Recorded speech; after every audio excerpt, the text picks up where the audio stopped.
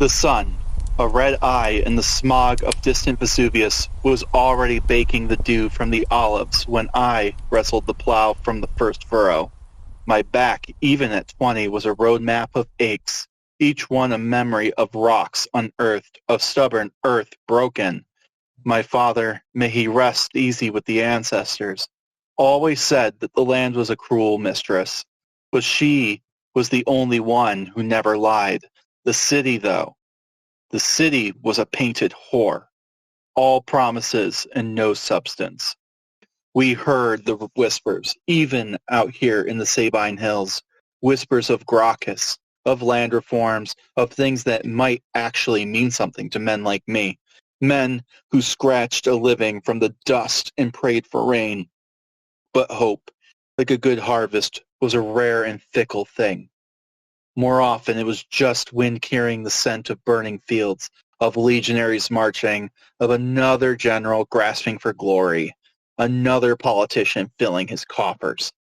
They fight their wars, spill their blood, and when it's all over, it would be us, the dirt farmers, who paid the price. Always. Just last year, a word came from Rome. A new tax on grain, a temporary measure, they called it, to fund some distant campaign in Hispania that meant nothing to us, but more hungry mouths to feed and less coin in our worn purse. My neighbor, old Marcus, swore he'd heard tell of senators with villas larger than our entire village, built on the backs of men like us.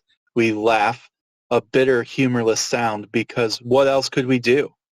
We are tied to this land, shackled by tradition and necessity, while the great men of Rome soared on eagle's wings, oblivious to the mud clinging to our boots. The oxen strain, their breath pluming in the cool morning air. A crow cawed, high above, a black speck against the vast indifferent sky. Another day, another year, another generation tilling the same unforgiving soil. And still, no matter how much we bled for it, the land was never truly ours, not when Rome, that insatiable beast, always loomed, always hungry, ever growing. My greatest fear wasn't a blight on the crops or a drought, but a letter, a summons, telling me my son would be taken to fight in some far-off land for some God-forsaken war, leaving these fields fallow and my family broken.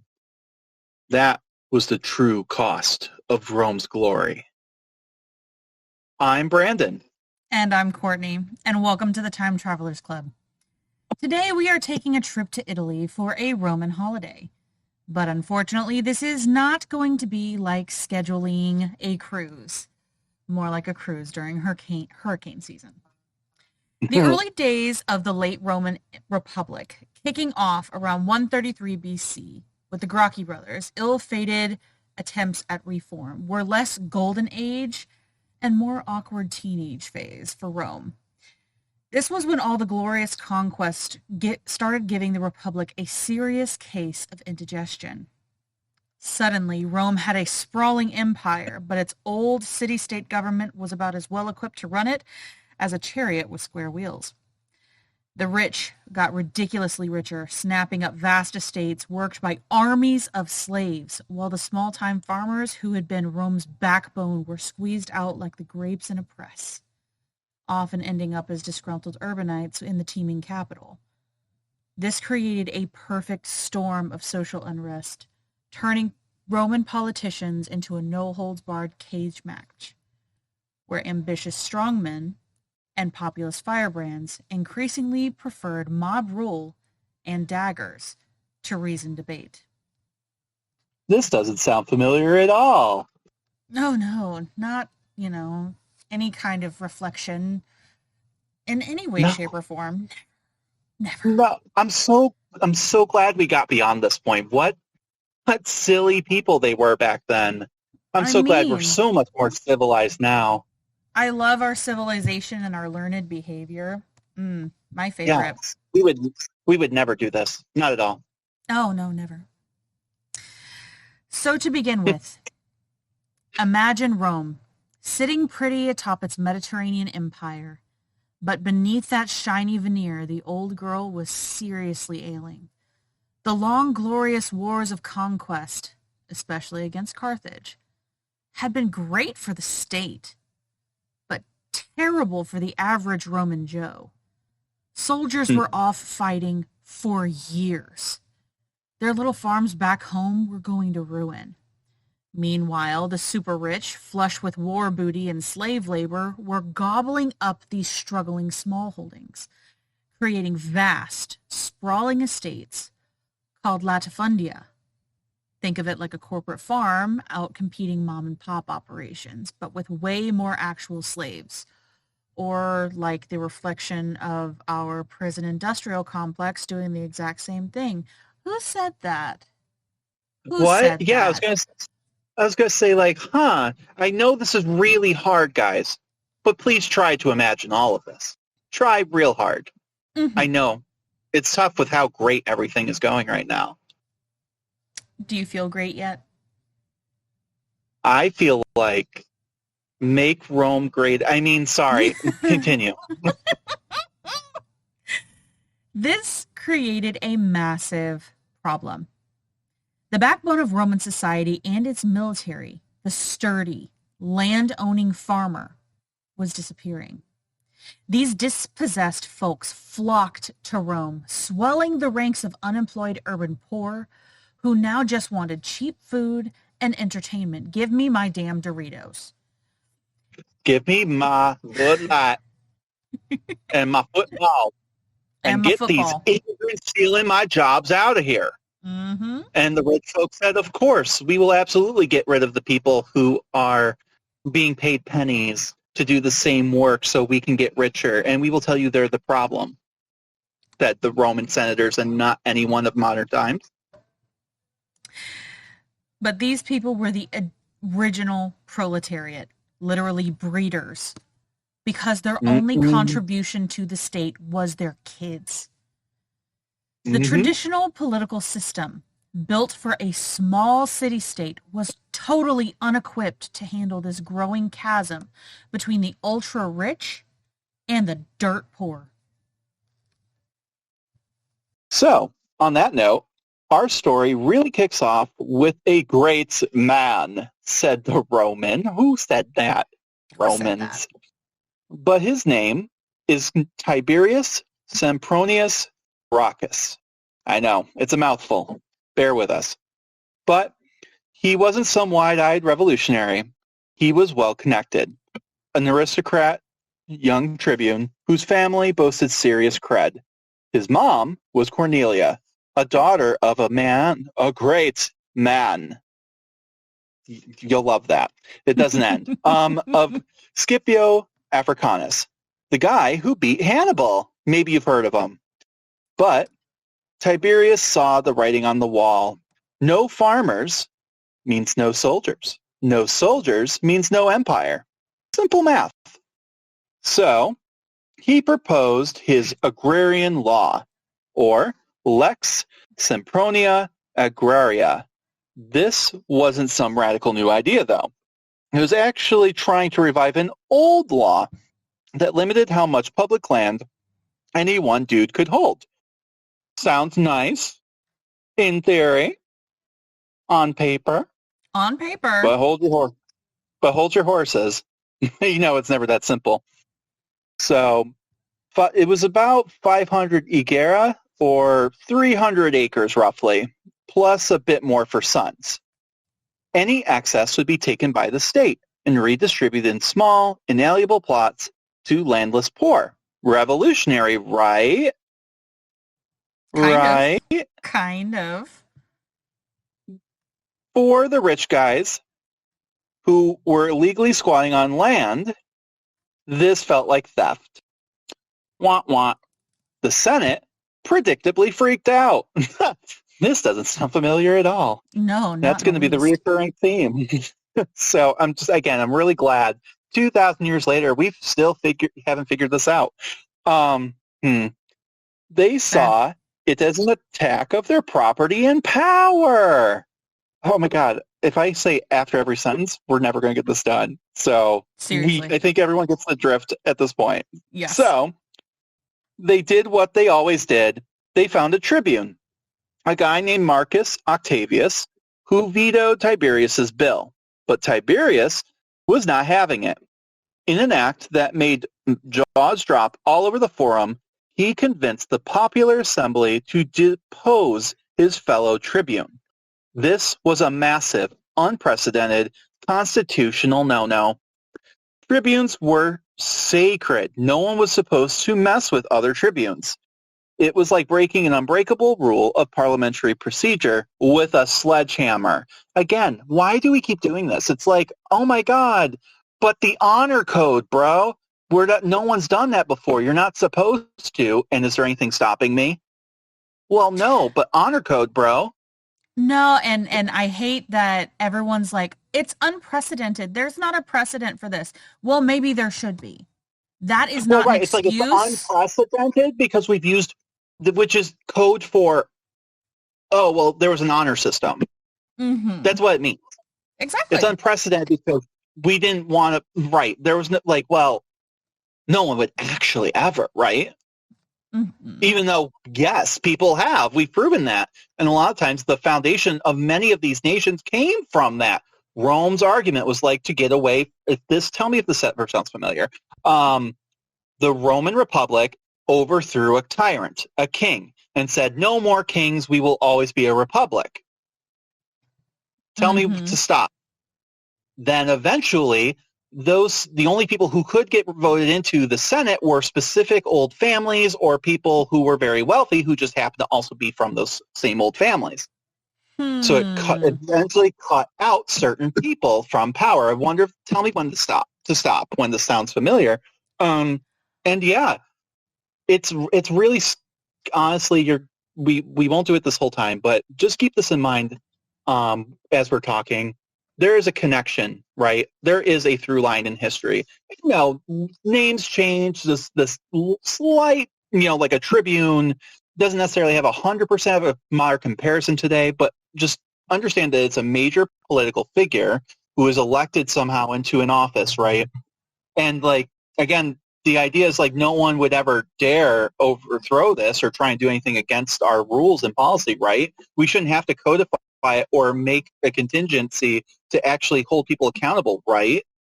Because who would dare? No, you know what? The Tribune actually reminds me of the Supreme Court. Yeah, there's a little bit. Like I said, it's tough because they're military, so it's almost like the executive branch. It's more executive, but at the same time, it's their own version of checks and balances. It's the end of the day. Yeah. Right. Ultimately, so, like, yes. ultimately, it would be not quite the equivalent, but kind of like sort of what's going on here, sort of, right? Mm-hmm. It's a branch of the government that's supposed to check another branch being demolished by said other branch. Yep. Yeah. And what could possibly go wrong with that, right? So, to fund his land commission, Tiberius then tried to use the inheritance of King Attalus III of Pergamum,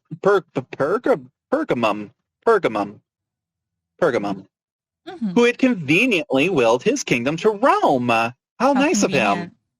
How convenient. This was another jab at the Senate now.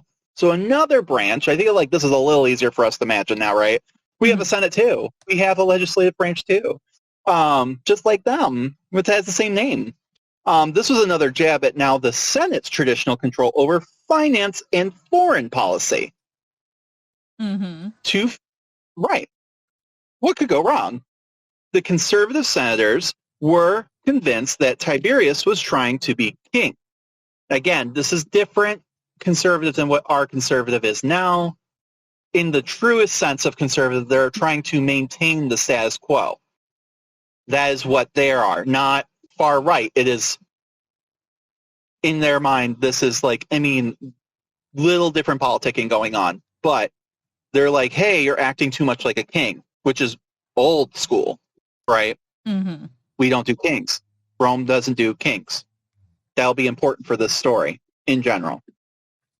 So the senators were convinced that Tiberius was trying to be a king.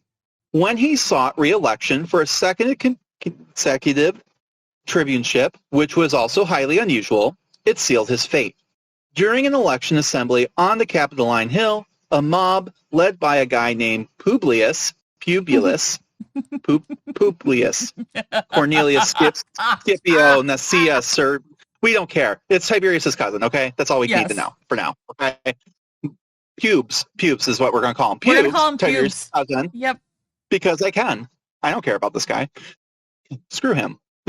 So, Tiberius' own cousin and the chief priest, no less, attacked. Tiberius and hundreds of his supporters were clubbed to death with leg chairs and pieces of broken benches. It was the first major act of political violence in the Roman history, where Roman citizens shed Roman blood in the streets of Rome itself. The message was clear. Mess with the elites and you'll pay with your life. All right. A decade later, Tiberius's younger brother, Gaius Sempronius Gracchus, emerged. Gaius was arguably smarter, the better orator, and definitely learned from his brother's mistakes. He realized you couldn't just have one reform. You needed a whole political platform and a broad coalition. He was elected tribune for 123 BCE and then, against all odds, for 122 BCE. Gaius's legislative agenda was a buffet of reforms designed to win over everyone except the hardcore optimates, the conservative elite. 1. Agrarian law reinforcement. He picked up Tiberius's torch, ensuring the land redistribution continued. This kept the rural poor on his side. 2. Grain law. Lex frumentaria.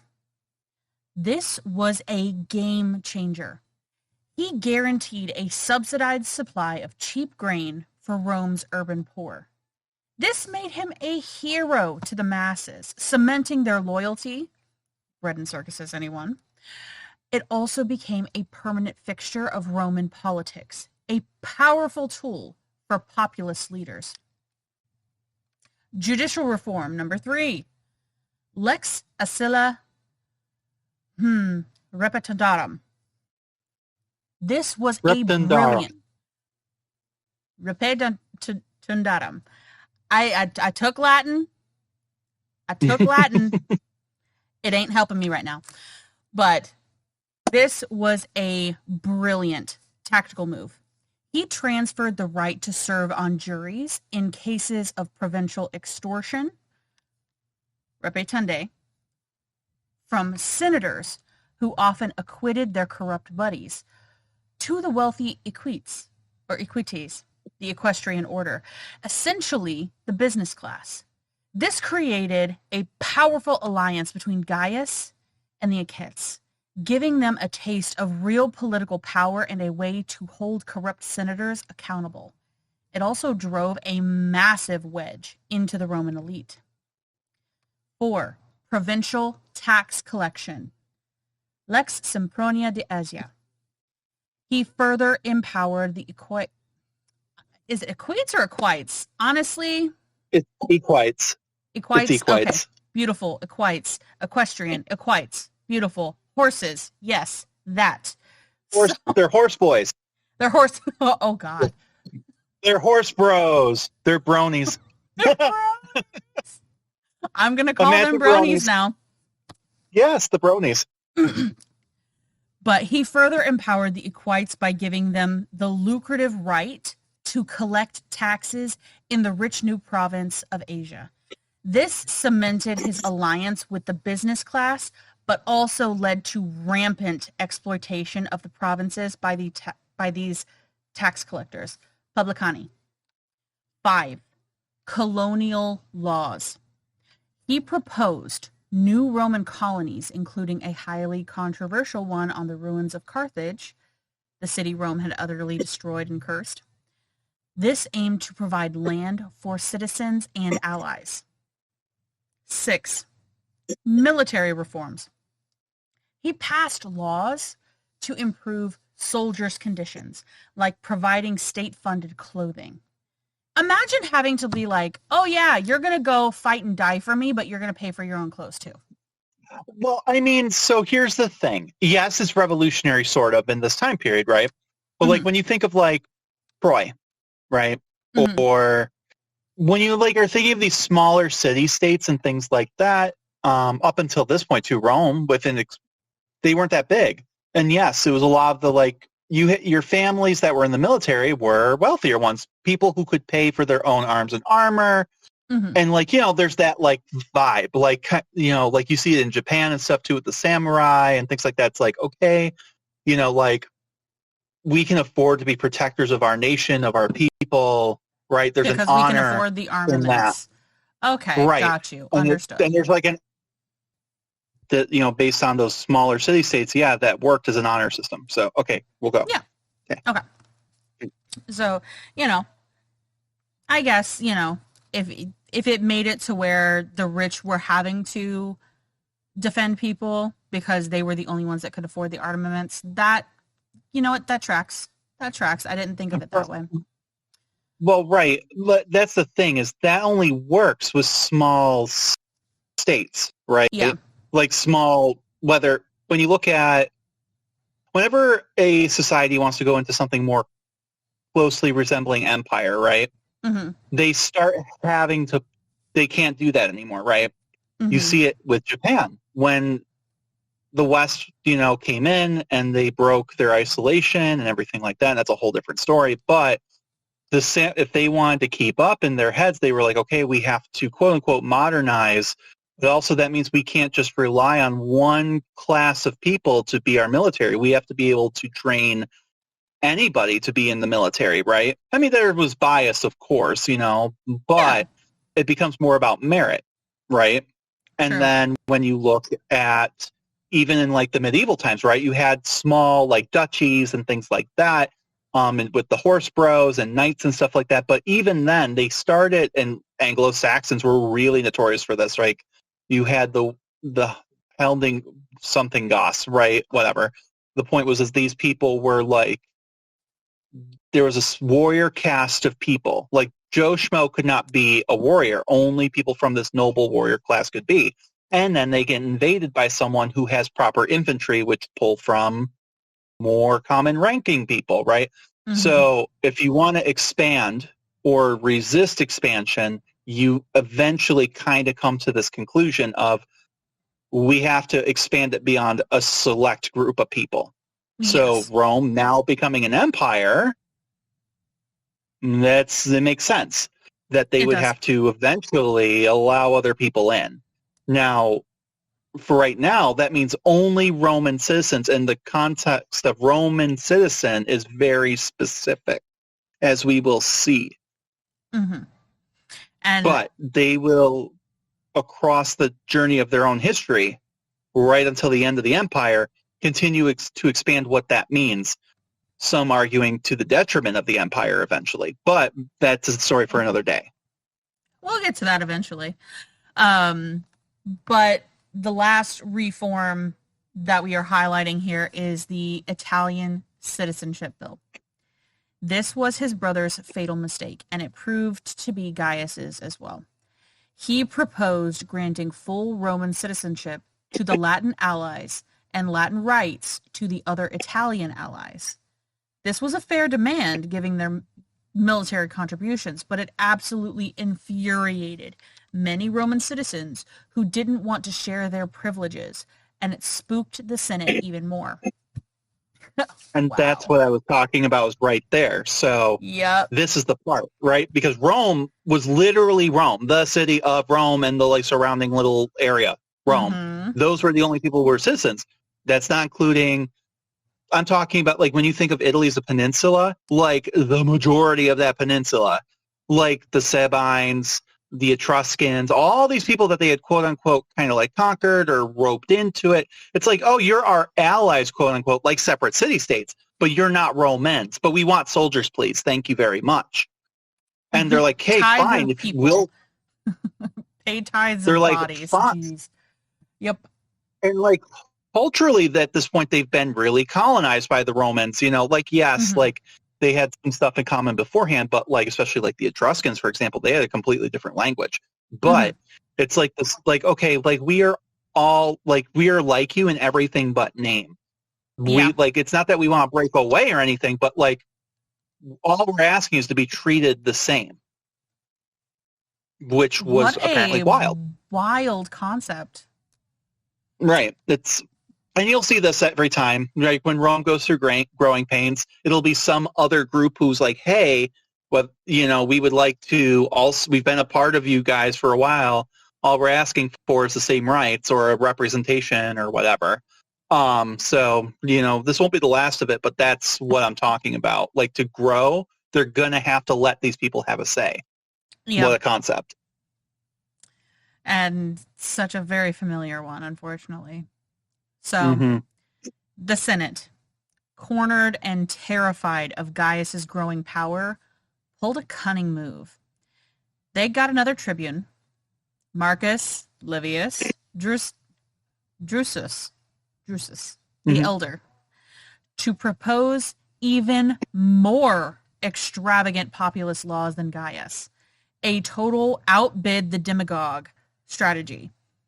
Drusus promised more colonies, even cheaper grain, and even better treatment for the Italians, all designed to make Gaius look less generous and split his popular support. It worked. Gaius's popularity, especially on the citizenship issue, waned. When Gaius failed to win a third tribuneship for 121 BCE, the Senate went for the kill. A minor incident at a public assembly escalated, giving them the perfect excuse. The Senate passed the infamous Senatus Consultum Ultimatum, or Ultimum. Senatus. Do you want me to do it? Do it. I can do it. Do it. Senatus Consultum Ultimum, or the SCU. Yep. The ultimate decree of the Senate. This was basically a declaration of martial law, giving the consuls the power to do whatever was necessary to preserve the republic, effectively allowing them to kill citizens without trial. Wow. I think we've been here before. Oh, it gets worse. They'll get worse down the road. Like, we've got a little while. Yep. But, right now, at least for right now, it's up to a body of people to make this decision, right? Yep. Without due process, but within this group, not one man yet. So Consul Lucius Optimus hunted Gaius and his remaining supporters. A bloody battle erupted on the Aventine Hill. Gaius, facing capture, had his slave kill him or committed suicide to avoid the ignominy. My God, I can't speak today. Thousands of his followers were slaughtered and many more summarily executed in the ensuing days. And just like as a forewarning, we know suicide is a really tough topic for many people to talk about.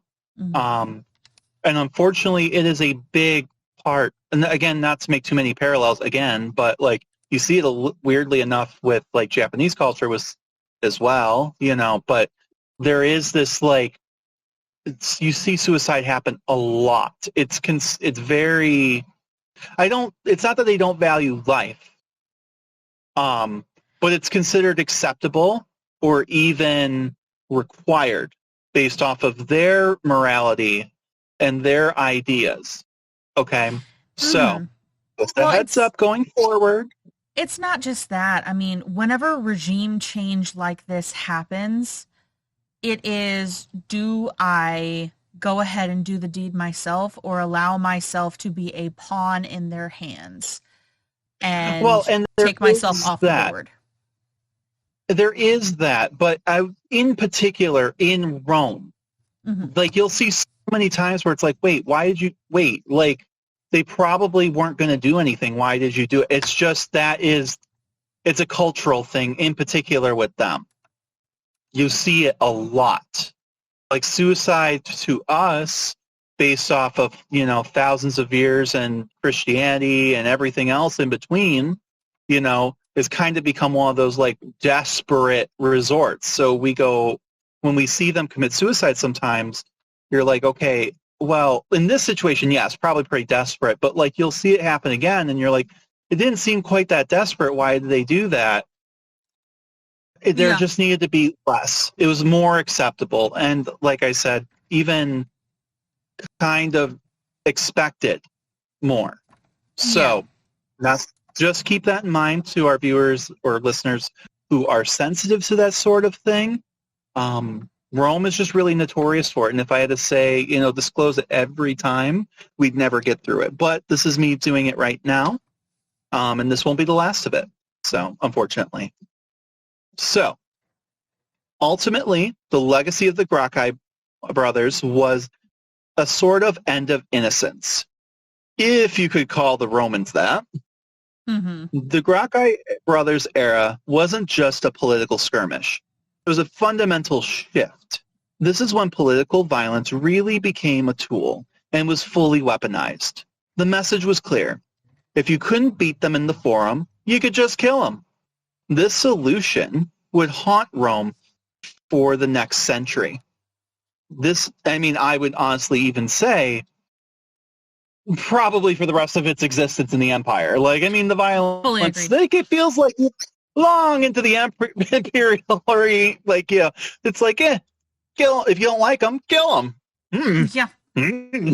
There's not very many emperors who had happy endings, just saying, who just died of old age. Many of them died of old age. Yeah, that was my thought.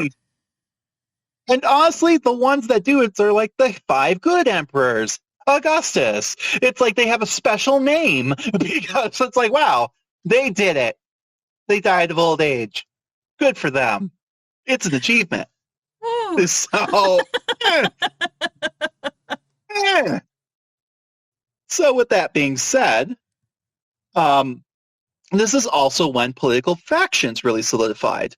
The populaires, or populares, like I said that very French. I meant populaire. It's populares, like the Gracchi, were those who sought power through popular assemblies and appeals to the people, often challenging senatorial authority. Which, again, on paper to us now, that seems like a good thing, right? But it's a little more manipulating. It's like mob mentality a lot of the time, Well, mob mentality, or almost like a Democrat. Yeah. See, here's the thing. People like Hitler also could be argued as populares. Oh, absolutely. Populares. I'm not saying that it's a good thing or a bad thing. Reasonably, no, it's just it's neither. Granted, it's just like one of those things. A lot of times we paint these people, and it's partially history's fault for this, right? Mm-hmm. As like with the great men theory and everything like that, it's like benevolent people who are just trying to better the people. But really, it was more of a give and take. It's like, okay, if I do all of these things that make people happy, I can then further my own motives. I can also then turn said people when I want on people I don't like. Mm-hmm. It's a little more gray. And same thing with the kind of the other end of it. It's like, yes, they're all these old farts, but you could also paint them in a positive light because they're like, we're trying to maintain order and civility and all that. Granted, it's order and civility for some. So it's like both, it's not quite as black and white. There is no good or bad guys here. Honestly, most people are shitty. That's really what it boils down to. But sometimes good things come out of it. So in this particular case, like I said, we have the populares, and then on the opposite end, we have the optimates, which were the quote-unquote conservatives who defended traditional aristocratic order and senatorial dominance. These terms defined Roman politics for decades. They were also there were also the unresolved issues, the land question, the plight of the urban poor, and especially the Italian citizenship question remain ticking time bombs, just waiting to spark. Again, sound familiar? We can't put things on the back burner forever. Nope. It's got to be addressed. Mm-hmm. So after the Gracchi, Rome experienced a tense calm. Think of like a Cold War. But the underlying social and economic tectonic plates were still grinding. The Senate thought they'd won, but they hadn't actually solved anything. Rome desperately needed a new kind of leader, and fate, in its infinite wisdom, delivered him in the form of a gruff, unpolished military genius. Our next big drama unfurls in North Africa with the Jugurthine War. The Jugurthine was a wily, ruthless king in Numidia, modern Algeria, a Roman client state. He played the Roman aristocracy like a fiddle, bribing senators and generals left, right, and center. Roman armies were sent only to be humiliated and corrupted. The Roman public back home was absolutely disgusted by the blatant venality and incompetence of their noble leaders. They wanted blood, and they wanted a win. This is where a dude named Gaius Marius makes his grand entrance. He was what was called a novus homo, or new man, meaning he was the first in his family to reach the consulship, lacking the old inherited aristocratic pedigree. He was a hardened soldier, a self-made man, and utterly fed up with the pampered noble generals. While serving under a traditional aristocrat, Quintus Metellus, Marius openly criticized his slow pace and boasted that he could finish the war quickly. In a move that scandalized the Optimates, Marius returned to Rome in 108 BCE and campaigned directly to the people, promising to win the war. He bypassed all the traditional backroom senatorial deals. The people, desperate for a competent leader, elected him consul for the 107 BCE. It was a massive slap in the face to the traditional aristocracy.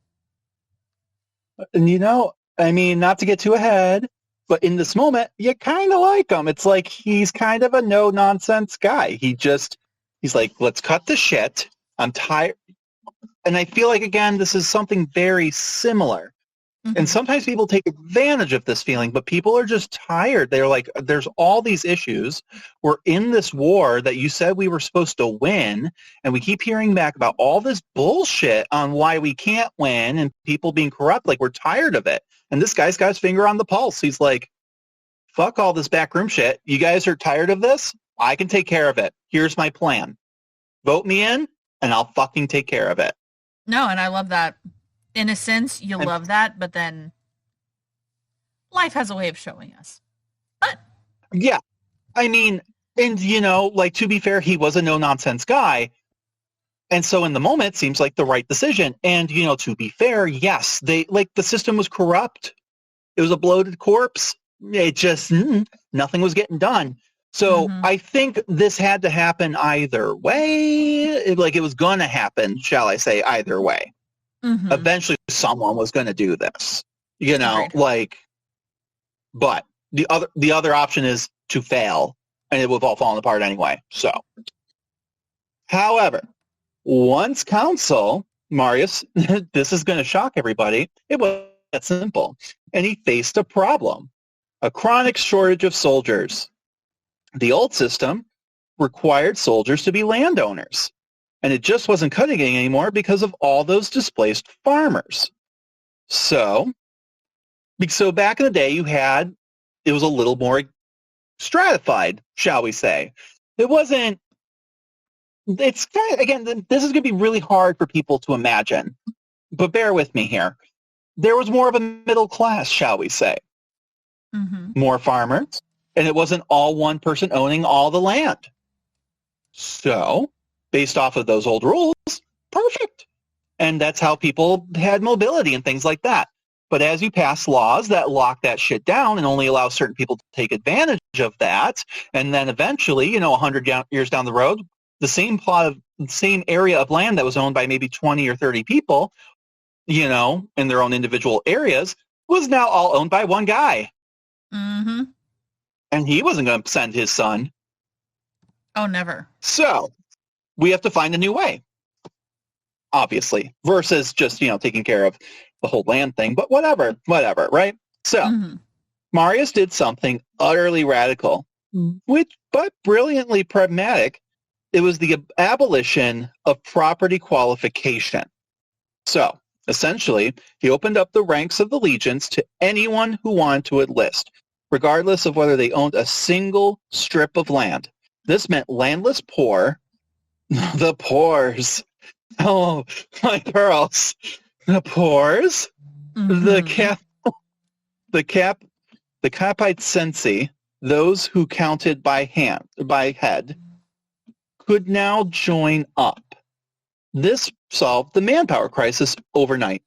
It also offered the poor a career, a steady wage, and the thrill of plunder, and crucially, the hope of land grants upon retirement, which is icky because we know where that land's going to come from. Those conquered colonization. Robbing Peter to pay Paul. Wah, wah. But for these desperate men, their only future now lay with their general. Soldiers now also served for longer terms, because there's always a catch. 16 to 20 years. Just putting that down there. Right. So another little tidbit is that also within that 16 to 20 years, you can't get married or have relationships. Nope. So later on, granted, the practice was already kind of here, but it really reinforces Roman patriarchy later, right? So with that being said, if you're not getting out of your military career, let's do the math. If you're not a man until you're like 20, basic, we'll just keep it basic, and then you have to serve for 16 to 20 years. That means at best you're looking at what, like 36 years old to 40 years old before you can get married? So that, that's it's reinforcing it, and it's gross, it's icky, but that's also kind of why we're seeing it. Women don't have that same constraint, of course. It's about giving birth, babies, as soon as possible. But, men weren't even allowed to marry a lot of the time until they were, in their late 30s, early 40s. So there you go. It's kind of an aside. It kind of becomes important, down the road. But for this story, I just thought I'd kind of shoehorn that in to keep that in the back of your mind. They were also, but this long period of training does allow them to become very professional, right? They were rigorously trained, disciplined, and most importantly, standardized. They even carried their own gear, earning them the name Marcius's mules, which significantly increased the army's speed and mobility. This caused a massive loyalty shift, and this was the big one.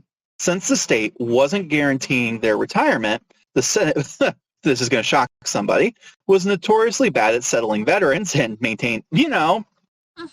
rewarding people for their service. Soldiers' loyalty shifted from the distant concept of Rome to the very real general who recruited them, paid them, and promised them land.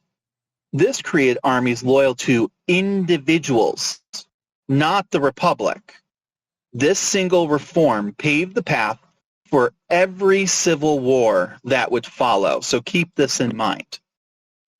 Marius quickly wrapped up the Jugurthine War through the final capture of Jugurtha, and that final capture was orchestrated by his cunning cuirassier, a certain Lucius Cornelius Sulla, keep that name in your head, who, being the insecure, fragile man he was, felt like Marius took too much credit because this is middle school. So, this planted the first seeds of their own epic rivalry. No sooner had Jugurtha been paraded in triumph than Rome faced an even bigger, more existential threat.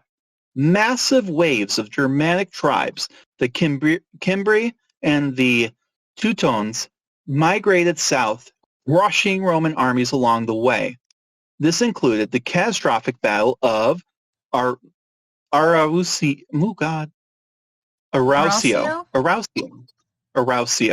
in 105 BC, where over 80,000 Romans died, purportedly. Granted, the Romans and the Greeks, they really loved making crazy numbers up to just really emphasize drama, but a lot of them died, guys. A lot died. It was not good. So, in a desperate plea, the Roman people turned to Marius again and again. They broke every constitutional rule in the book, electing him as a consul an unbelievable 5 consecutive terms. So from 104 to 100 BC. To us, that might not seem like a long time because, we have longer term limits. But for that, really, this was supposed to be a position you held once or twice for a year or two at most. So this is wild. It would be the equivalent of our president and I really hope this isn't ever something we have to worry about, but the equivalent of our president with his 4-year terms, having 5 of them and being in power for 20 years. Like that, imagine if this is going to be the president for the next 20 years, people would lose their shit. And this is what was going on then. This was completely unheard of and showed just how broken the traditional political system was in times of crisis. Marius used this time to train his new professional army, and then in 2 epic battles, the Aquae Sextae in 102 BCE and the Vericelle in 101 BCE, he annihilated the Germanic invaders and saved Italy. The takeaway? Marius is returned a national hero and was, quote, the 3rd founder of Rome. But his repeated consulships and, more importantly, his military reforms had fundamentally altered the balance of power. Generals now held the key to political power, and their personal armies were loyal tools ready for use.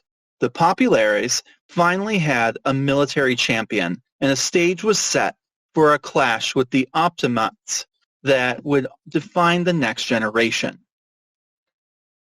So now, Marius was a hero. But the deep-seated issues of the Gracchi had highlighted were still festering. Chief among them, the absolutely boiling resentment of the Italian allies. These guys had been fighting for Rome for centuries, bleeding in countless wars, providing literally half of Rome's military might. Yet they were treated as second-class citizens, denied voting rights, subject to arbitrary Roman magistrates, and generally looked down upon. In 91 BCE, another tribune, Marcus Livius Drusus, the younger, tried to fix things. He had a broad reform package, including land distribution and, crucially, granting full Roman citizenship to the Italian allies. But just like Tiberius and Gaius, he alienated too many powerful groups. Before his laws could even pass, Drusus was mysteriously assassinated, likely by those who feared his reforms. This was the final straw. The Italians had tried diplomacy, they'd fought in Rome's wars, and now their champion was dead. They exploded. This wasn't a slave revolt or a foreign invasion. This was a war of the allies, bellum sociale, against Rome itself. They formed their own independent confederacy, even calling their capital Italia, and minting their own coins. It was a brutal, devastating war fought on Italian soil, with Roman fighting Roman, or at least Roman allies.